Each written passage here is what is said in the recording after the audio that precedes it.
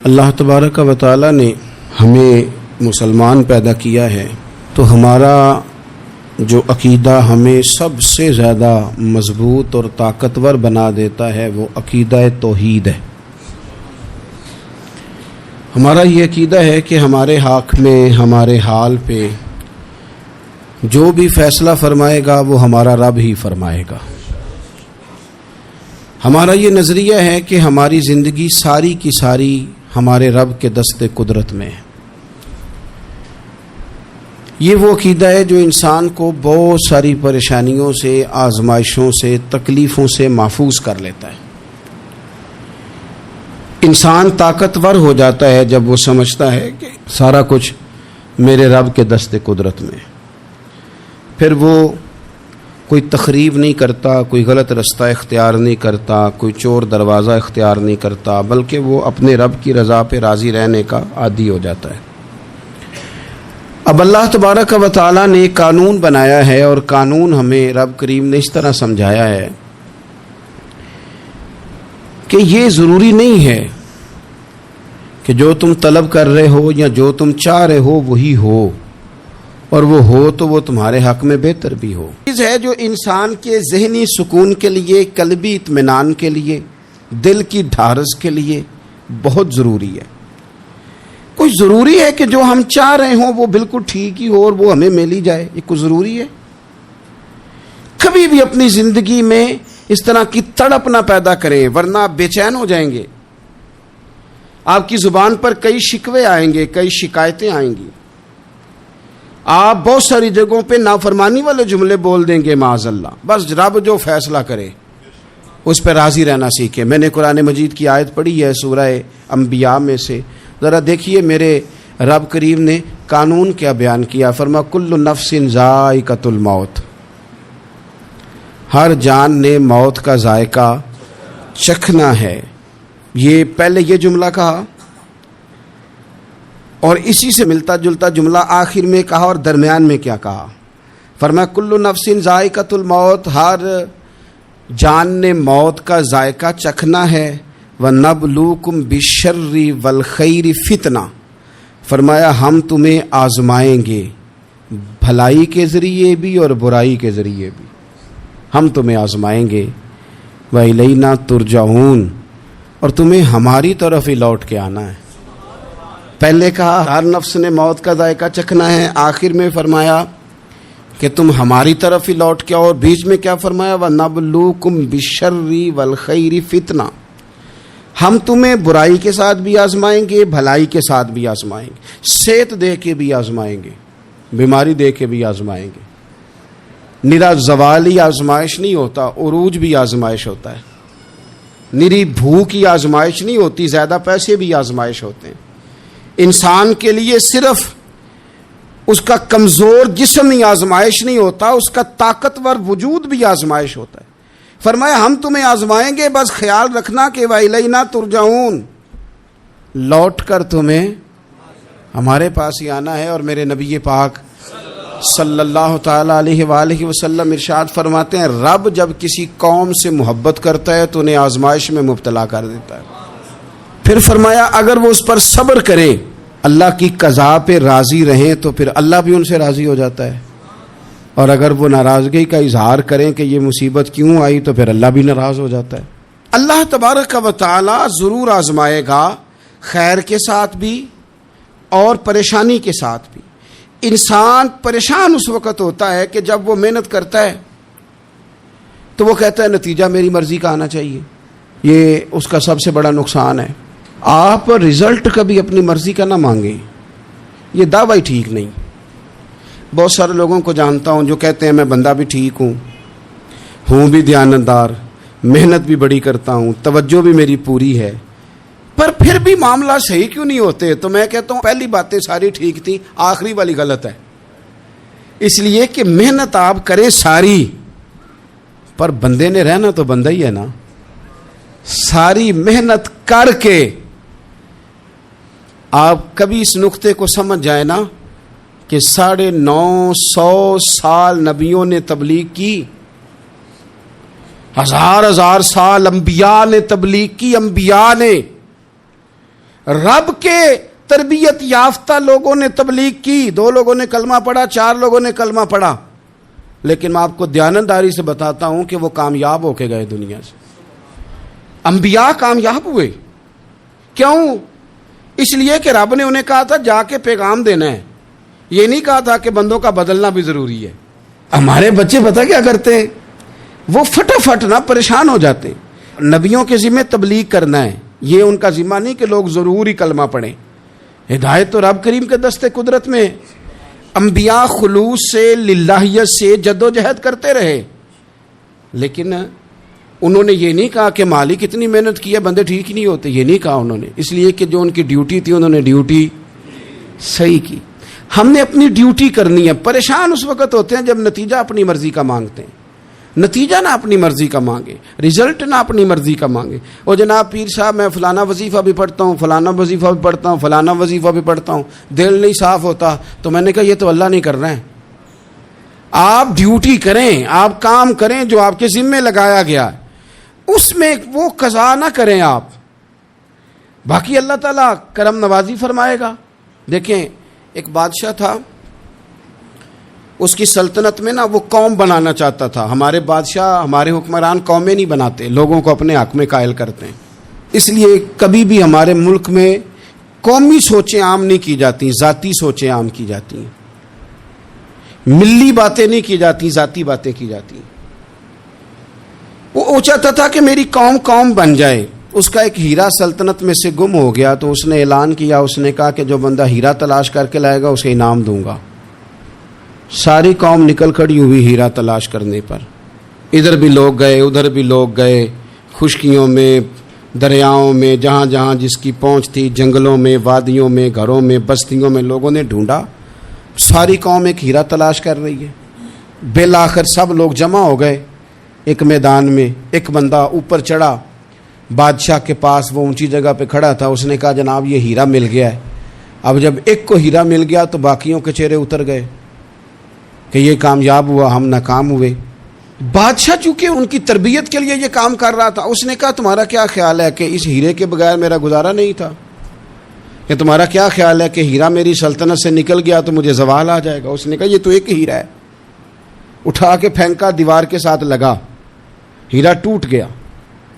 اس نے لوگوں سے کہا تمہارے چہرے اترے ہوئے ہیں، میں تمہیں ایک بات سمجھانا چاہتا ہوں، ہیرا ایک ہی تھا، ایک ہی بندے کو ملنا تھا۔ میں نے انعام کا اعلان تو یہ کیا تھا نا کہ جو ہیرا ڈھونڈ کے لائے گا اسے انعام دوں گا، لیکن اب میں تمہیں بتاتا ہوں کہ میں تم سب کو انعام دوں گا، اس لیے کہ ہیرا ایک تھا، ملنا ایک کو ہی تھا، سب کو مل سکتا نہیں، لیکن انعام اس لیے سب کو دوں گا کہ ہیرا ڈھونڈنے پر انعام نہیں دے رہا، میں کوشش کرنے پہ انعام دے رہا ہوں کہ تم نے کوشش تو کی، تم نکلے تو صحیح، جدوجہد تو کی۔ کچھ لوگ کہتے ہیں کہ ہمیں ہیرا مل بھی جائے، اور خدا کے بندے ہیرا ایک ہے، ہیرا ملنا کمال نہیں، محنت کرنا کمال ہے۔ ہم نہ تیار نہیں ہوتے۔ اللہ فرماتے ہیں میں نے آزمانا ہے، میں نے آزمانا ہے، تم نے سفر جاری رکھنا ہے، لیکن یہ ضرور یاد رکھنا کہ وَإِلَيْنَا تُرْجَعُونَ، لوٹ کے تمہیں میرے پاس ہی آنا ہے، تم نے لوٹ کے ادھر آنا ہے، اس بات کو ذہن میں رکھنا۔ حضرت عبداللہ بن عباس رضی اللہ تعالیٰ عنہ اس حدیث کے راوی ہیں، المعجم الکبیر کی یہ حدیث ہے۔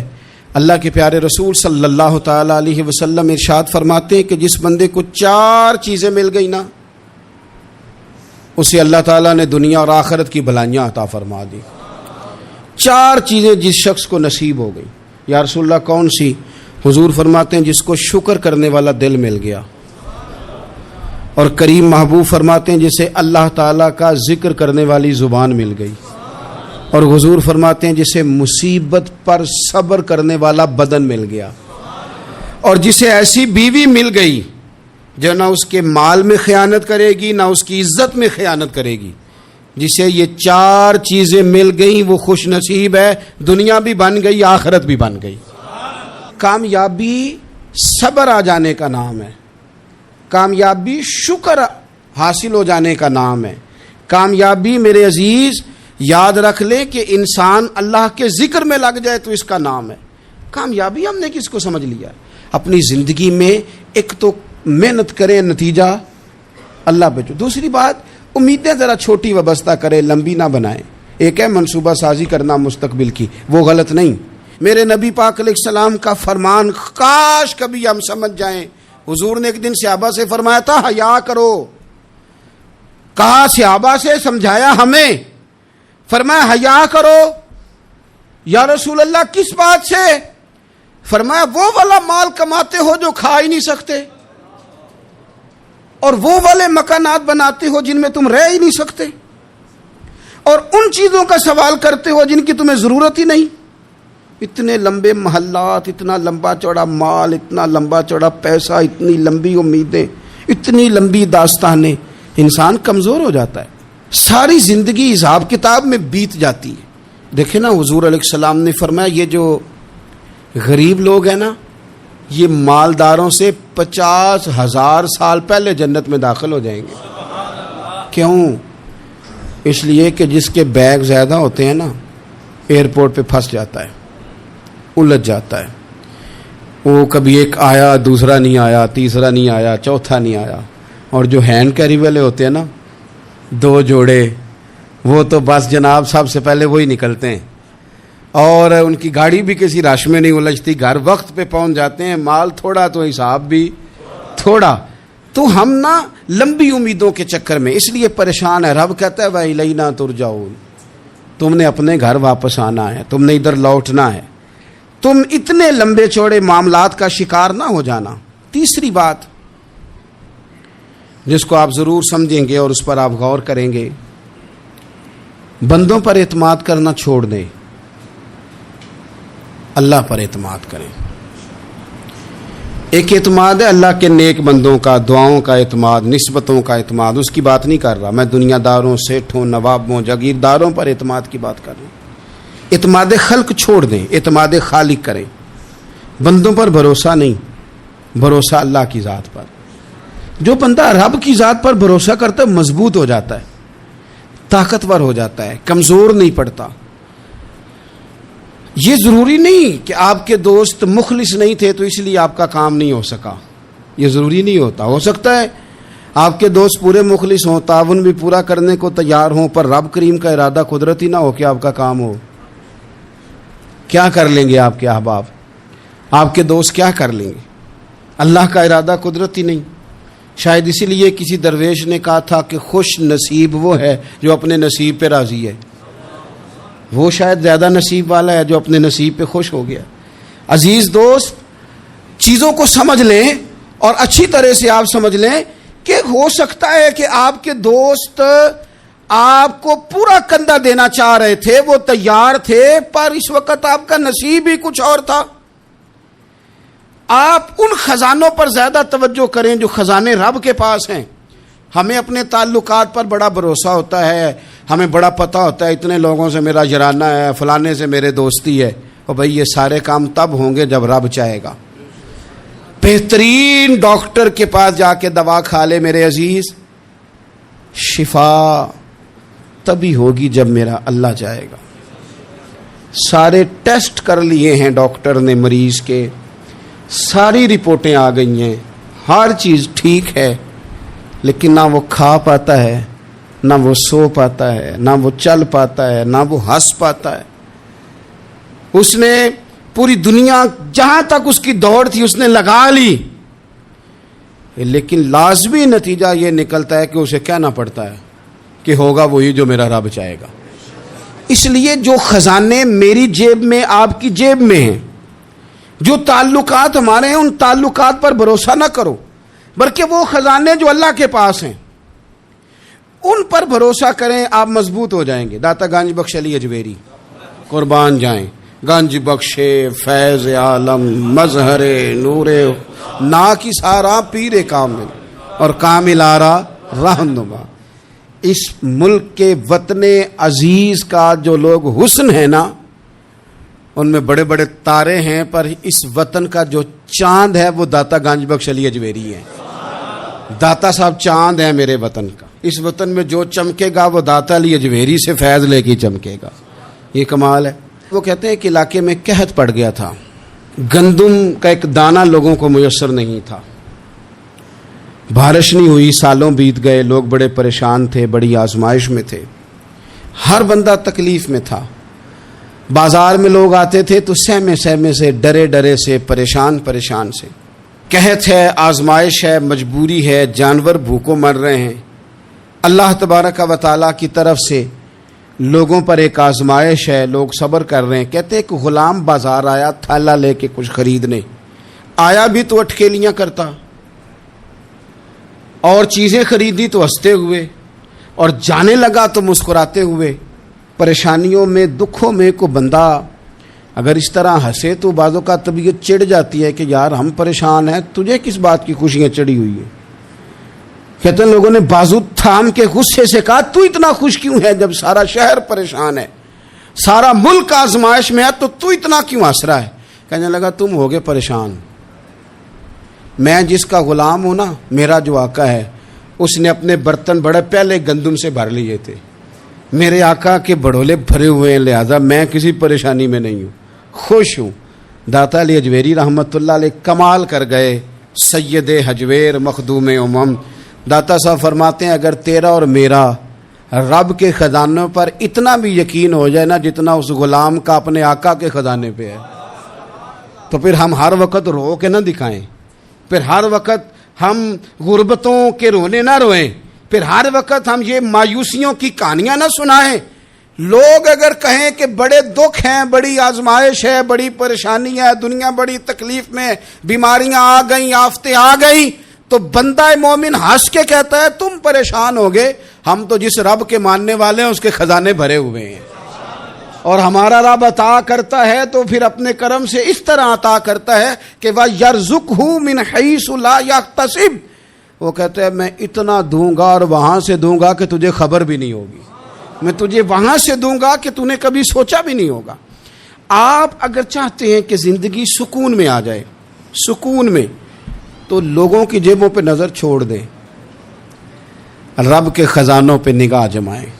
اتنا نوازتا ہے، اتنا نوازتا ہے، اتنا نوازتا ہے کہ انسان حیران ہو جاتا ہے کہ مجھے اتنا بھی مل سکتا ہے. ایک بات یہ میرے عزیز کہ اپنی زندگی میں نا دعووں سے بچیں، دعووں سے بچیں.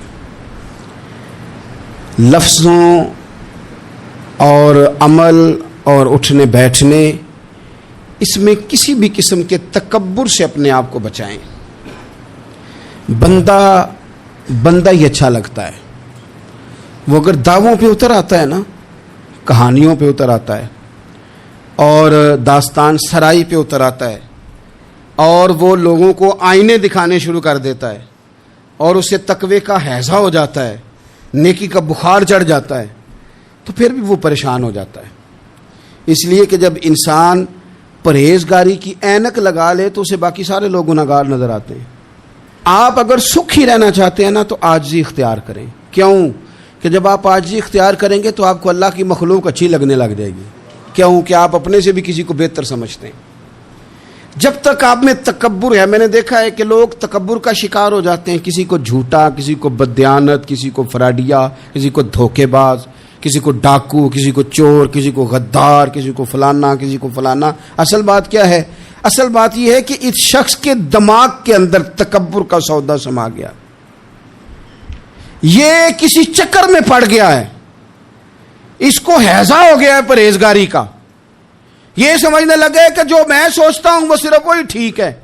تیرا یہ دعویٰ ہے کہ ساری مخلوق ٹھیک نہیں، اور میرا رب فرماتا ہے لَقَدْ خَلَقْنَا الْإِنسَانَ فِي أَحْسَنِ تَقْوِيمٍ. میں نے مخلوق بنائی بڑی سونی ہے.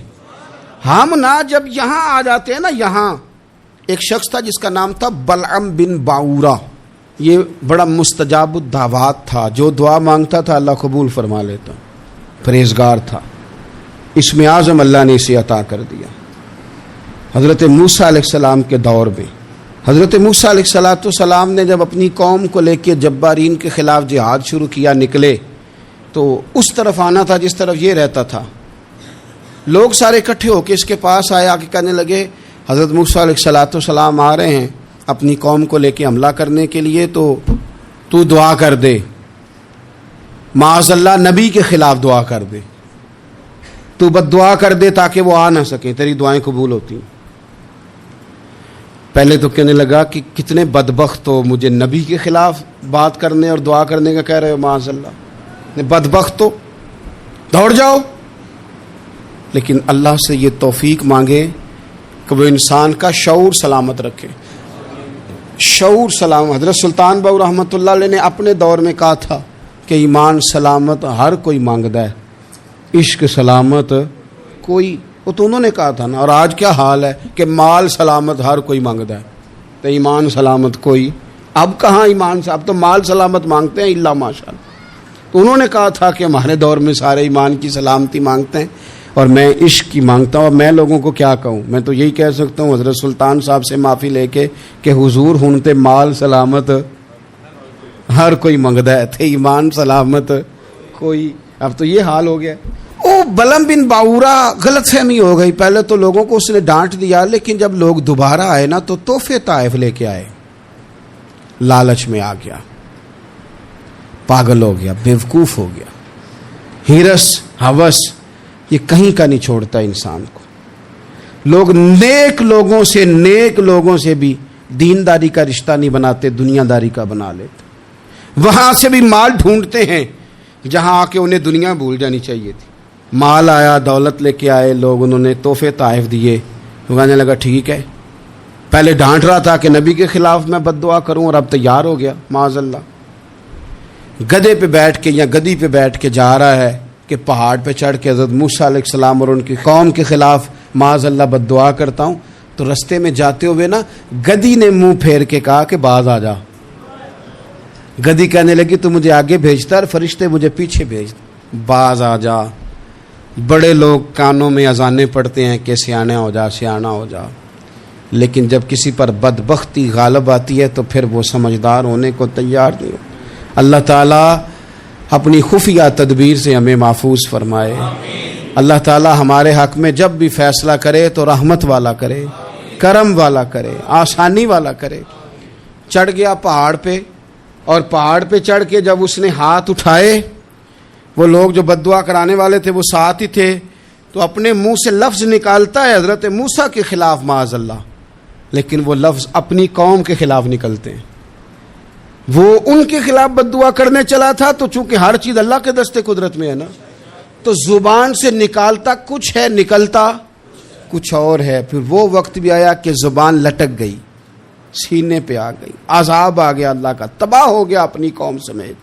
اپنی زندگی میں یاد رکھ لے اچھی طرح، ہرس ہوس تکبر غرور وہ کسی چیز کا بھی ہو، وہ انسان کو لے ڈوبتا ہے. اگر آپ زمین پہ کھڑے رہ کے لوگوں کو دیکھیں گے تو کچھ لوگ اگر آپ کو اپنے برابر نظر آئیں گے نا قد میں، تو کچھ انشاءاللہ بڑے بھی نظر آئیں گے. ہم نے لسٹیں بنا لی ہیں کہ کون کون کتنا غلط ہے. ہم نے ہر ایک کے بارے میں 2-4 باتیں یاد کر لی ہیں، فلانا اتنا خراب ہے، فلانا اتنا اور فلانا اتنا. اس کا نقصان یہ ہوا ہے کہ اللہ کی خوبصورت مخلوق، خوبصورت رنگوں میں ہم نے حالات خراب کر لیے ہیں. اگر ہم چاہتے ہیں کہ ہمارا دل سکون میں آئے، قرار میں آئے، تو زندگی عاجزی والی، انکساری والی، اللہ تبارک و تعالیٰ کی بات. میں اکثر کہتا ہوں کہ نبی پاک صلی اللہ تعالیٰ علیہ وآلہ وسلم نے کتنی شانیں بیان کی. حضرت عمر فاروق، کتنی عظمتیں حضور نے ان کی بیان کی. جب ان کا وصال ہونے لگا نا، ان کو زخم لگا، تو لوگ ان کی تعریفیں کرنے لگے. اب ان کو بھی پتہ تھا کہ میری عظمت میں حضور نے کیا کچھ بیان کیا ہے. لوگ ان کی تعریف کرنے لگے، امیر المومنین آپ کو یہ کمال حاصل ہے. تو حضرت عمر فرمانے لگے دعا کرو بس میری نیکی اور بدیاں برابر برابر ہو جائیں، نیکیاں اور بدیاں برابر ہو جائیں. میں کسی درجے کا خواہش مند نہیں، بس یہ چاہتا ہوں کہ یہ عاجزی کا حسن دیکھیں، انکساری کا یہ درجہ دیکھیں. فرماتے ہیں بس یار معافی دے دے نا، وہ معاف کر دے، پھر تو بات بن گئی. میں جلسوں پہ اجتماعات پہ جاتا ہوں تو ایک رواج بن گیا ہے، لوگ بڑی بڑی قطاروں میں پھول لے کے کھڑے ہو جاتے ہیں اور گاڑیوں میں پھینکتے ہیں. تو میں اپنے سنگیوں سے کہتا ہوں کہ اگر تو قیامت میں بھی ایک پھول مل گیا نا تو پھر تو یہ سارے استقبال کام آ گئے. اور اگر وہاں کھڑا کر لیا گیا نا، صحیح حدیث میں حضور نے فرمایا ہے کہ کچھ سوالوں کے لیے بندے کو محشر کے میدان میں کھڑا کر لیا جائے گا. ان سوالوں میں سے ایک سوال یہ بھی ہوگا کہ بتا